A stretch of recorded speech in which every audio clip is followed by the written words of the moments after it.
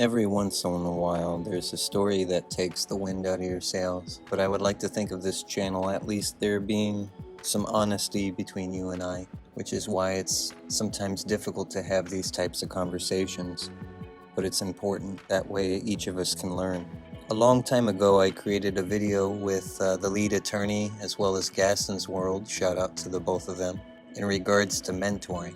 Now, I believe mentoring is a very important topic that we can save for another day, but I wanted to share this story as far as some of the downsides of potentially mentoring. And it's not necessarily I want to dissuade others from mentoring, but it's still very important to share experiences. But before I share today's story, let's sit down, relax, and grab your favorite drink. How are you doing, Gastons World? Got Sim in the house. Gaston, last call for insight. Y'all are doing it big over here. Excuse me. I got a course that's 15 hours. If you pay $550 for it, you'll probably get through it. If I just give you a code, just say, here's, you might not get through it at all, because do you even appreciate it? Now, hopefully we've all had mentors. We've all had a helping hand where we didn't have to pay for it, and it tremendously helped us out.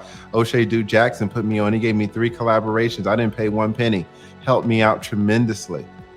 That's a form of mentorship, right? Now, I appreciated it.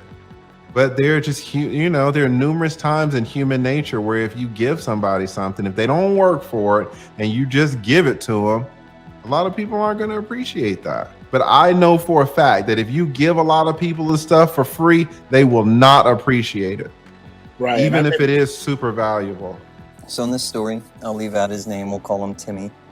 Timmy was a small town young man, had dropped out of school when he was 17 to start his own lawn mowing business. Now, I'm not entirely sure why he dropped out. I had asked him several times, but he never really explained it to me. But we will come back to that part of the story since it's actually very important. I actually met him through a business associate of mine, a man with 3 sons. He was actually the middle son of the 3. Very street smart. He was always the young man that was always out on the hustle, out to make money. I don't know what it was specifically about him in the 9 to 5, but he always seemed to absolutely detest it. Always going for the quick money. It had to be quick, one and done. And one thing that really started to rub me the wrong way as I continued working with Timmy, his lack of couth, his lack of people skills, or just the way that he spoke to you. To kind of paint the picture of the type of person he was, he'd be very polite when he knocked on your door, came up to you, asked if you needed his service. You agreed to it, and as soon as he got done, he would always be the type, okay, now where's my money? Where's my money?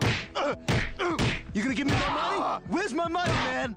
It reminds me of the Stewie Griffin Family Guy, where's my money, man? Where's my money? Almost like he was trying to strong-arm you. And again, I don't know the type of people he typically would be dealing with or if the strong-arming was necessary, but I always paid him on time. I think when it really started to put a damper on our relationship was I would be at my normal job. He would either call or send me a text message asking me if I wanted my lawn cut, which I did, and then I would get another call asking me if I could meet him somewhere to pay him. And it's like I'm at work. It isn't like I ever dodged him on paying, but when you have a 17-year-old pretending that he's a strong arm, it definitely dampers relationships, and I think that's one of the reasons why his lawn mowing business ended up failing is he lacked customer service skills. And I think that's really important to at least note is even if you're self-employed or you own your own business, you're always working for someone one way or the other.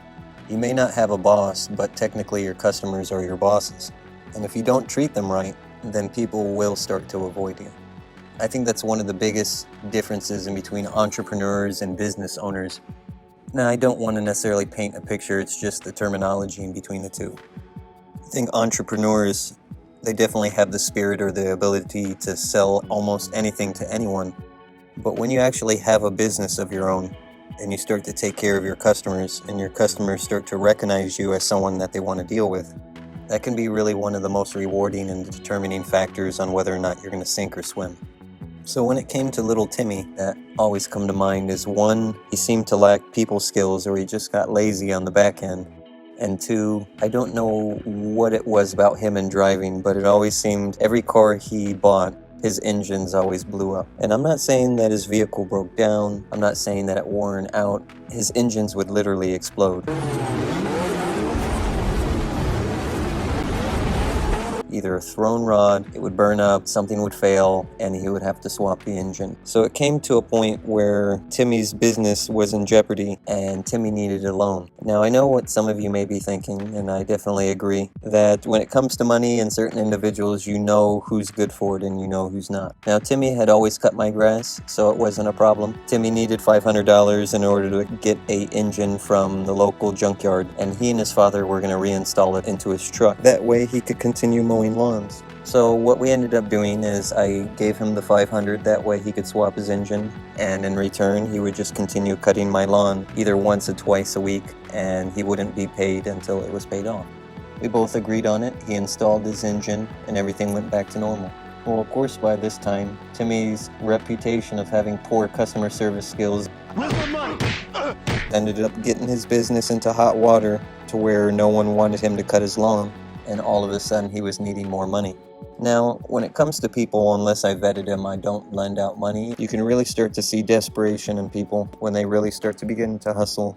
Now, I'm not foolish enough to say that I'm perfect, because no one's perfect. And I've been in particular situations where even I have felt desperate before. And while I would like to help everyone if possible, the one thing that we should all remember is you can't save everyone.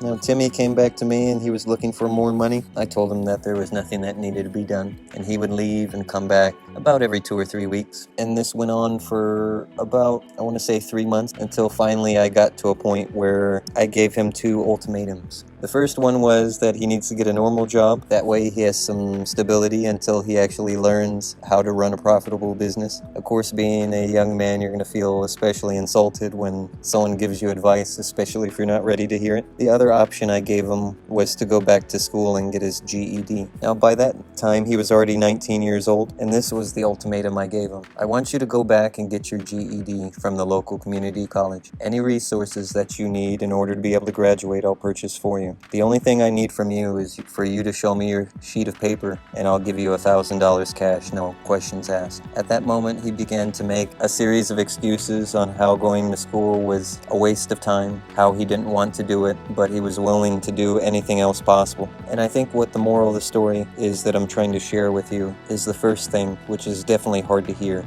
is you can't save everyone. I know that's exceptionally hard to hear, because especially when it comes to loved ones, people in your inner network, your outer network, you want everyone to get a win. But sometimes when we put certain restrictions on ourselves, oh, I can't do that, or I don't want to do that, it prevents us, it limits us from being able to get the things done that we really need to do. From my perspective as a mentor, it showed me that he wasn't willing to invest in himself.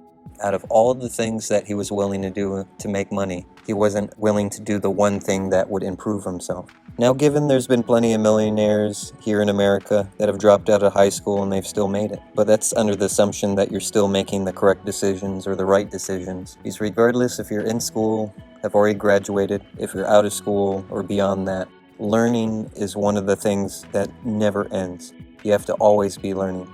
We don't have much time on this earth, bro. I'm always reading, always listening to audiobooks, always trying to improve. You know, I want people to benefit, man. Like, stop playing around. Stop being entertained and start being educated.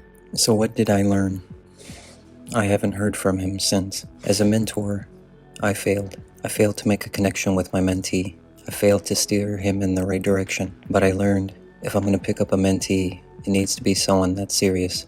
That way I don't waste my time. While my time was wasted, I was able to learn. I was able to stand up for myself. I was able to set standards on how much time I'm willing to commit to someone before I need to walk away. As a mentee, in that moment he did fail, but he still has time to correct his mistakes. And while he still hasn't gotten his GED, I did hear that he got a girl pregnant, so I hope at least. I do wish them all the best, and I hope at least he's able to fix his life. Now, each of us has different strengths, different weaknesses, and if something like this has happened to you where someone wanted you to do something and you limited yourself, it isn't necessarily that I'm picking on you. I think more than anything, it's important to try, especially if you're unmotivated to do something, or if you actually believe you can't do something. What's the worst that can happen? You may actually learn something. Now, I know this video is hitting different than the normal type that we normally do, but it was actually something that I wanted to share, because if you watched it this far, perhaps you too have learned something. So much information. Think about it. Your prison. It's all up here. I see you. The choice is yours. Take a moment, let it digest, and remember, you're always welcome here, but we sure as hell aren't for everyone.